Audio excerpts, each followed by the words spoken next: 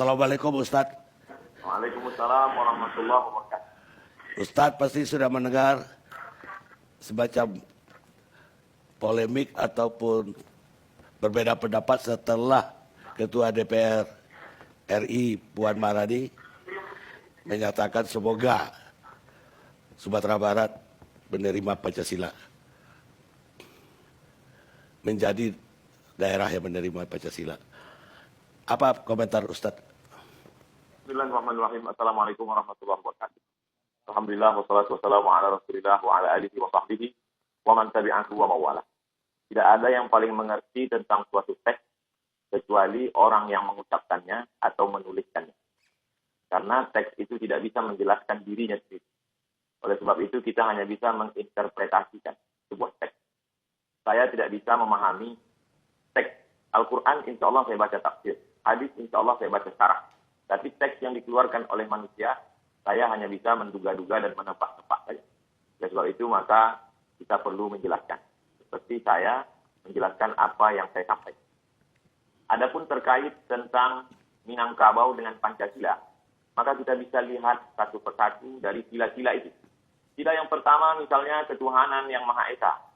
Maka berbicara tentang ketuhanan, saya masuk ke suku Akit, suku Laut, suku Sakai, suku Talam, suku Anak Dalam, suku Kubu, maka di sana masih ada orang yang tidak bertuhan. Saya menyaksikan sendiri mereka menggantungkan kain-kain putih lalu tidak tahu apa yang mereka sembah. Masih ada suku-suku Melayu tua yang belum bertuhan. Tapi Minangkabau tidak hanya bertuhan, mereka justru membuat orang yang tidak kenal Tuhan menjadi bertuhan. Berbicara tentang sila pertama ketuhanan yang Maha Esa. Saya menyampaikan tausiah di sebuah pulau di Aceh, Semelu. Di sana saya diajak berziarah ke salah satu makam tua, dan orang tua yang menyebarkan Islam itu berasal dari bumi Minangkabau. Kemudian saya pula bertausiah di Sulawesi Tengah, di Palu. Di atas bukit di Palu itu juga ada makam tua penyebar agama Islam, juga datang dari bumi Minangkabau. Oleh sebab itu, sila pertama ketuhanan yang Maha Esa, maka Minangkabau adalah para suluk di tengah gelap yang membawa siar Islam. Yang kedua tentang kemanusiaan. Di depan rumah orang Minangkabau ada rangsiang, tempat menyimpan beras. Beras itu dibagi-bagi lagi. Ada beras yang dimakan keluarga, tapi juga ada beras yang jadi makanan untuk fakir miskin. Orang Minangkabau adalah orang yang paling peduli terhadap kemanusiaan. Oleh sebab itu, orang Minangkabau membuka rumah makan. Mereka tidak menganggap pekerja itu sebagai kuli yang digaji, tapi mereka dianggap sebagai saudara yang sistemnya bagi hasil. Karena mereka melihat sebagai kemanusiaan. Itu maka rumah makan berkembang pesat yang hari ini dia menjadi tukang angkat piring. Tahun depan, dia insya Allah akan punya rumah makan. Kemanusiaan. Tentang persatuan Indonesia. Orang Minangkabau amat sangat cukup rukun dan syarat untuk membuat sebuah negara. Masalah diplomasi, tidak ada yang lebih hebat daripada diplomasi Haji Agus Salim. Dia berhadapan dengan orang-orang Belanda, orang-orang Eropa, berbagai macam bahasa dunia dia kuasai. Tentang masalah ekonomi, kita tahu siapa Bapak Koperasi Indonesia. Dialah Bung Hatta. Tentang masalah agama, jangan tanya lagi. Orang Minangkabau, prestasi agamanya bukan tingkat nasional, tapi dia adalah Imam Masjidil Haram, Syekh Ahmad Khatib Al-Minangkabau.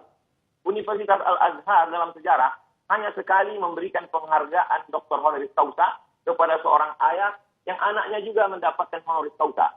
Dia adalah Haji Abdul Malik Karim Amrullah, dan ayahnya Abdul Malik Karim Amrullah juga mendapatkan honoris causa dari Al-Azhar. Ekonomi, politik, agama, orang Minangkabau punya. Bagaimana dengan tentara? Tentara-tentara Minangkabau tidak dididik di Indonesia. Haji Miskin, Haji Tiobang, Haji Sumani, Tuan Kunan Renceh. Mereka adalah tentara-tentara yang luar biasa. Tapi kemudian mereka tidak membuat negara. Mereka justru menggabungkan diri dengan negara Kesatuan Republik Indonesia. Karena mereka mengamalkan pengawal persatuan Indonesia. Tentang masalah musyawarah. Sila yang keempat. Musyawarah, bule ayah dek pambuluh, bule kato dek mufakat. Air itu menjadi bulat kalau dia lalu di pembuluh. Sedangkan kata itu menjadi bulat kalau dia ada musyawarah mufakat.